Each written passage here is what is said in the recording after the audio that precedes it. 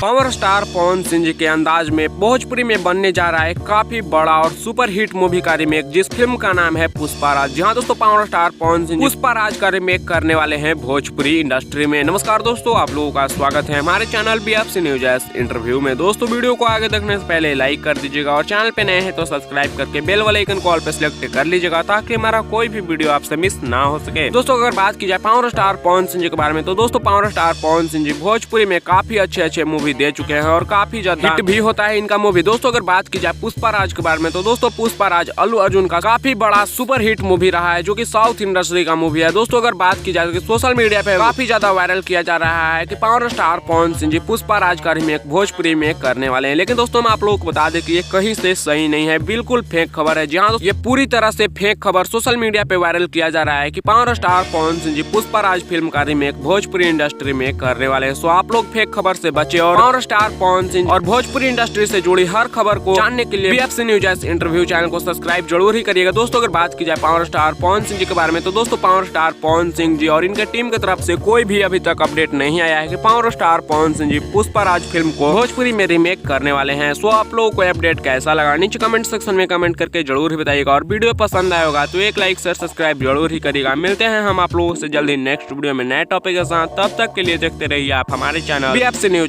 Interview. ऐसी और भोजपुरी की लेटेस्ट वीडियो देखने के लिए आप हमारे चैनल को लाइक शेयर सब्सक्राइब जरूर ही करिएगा।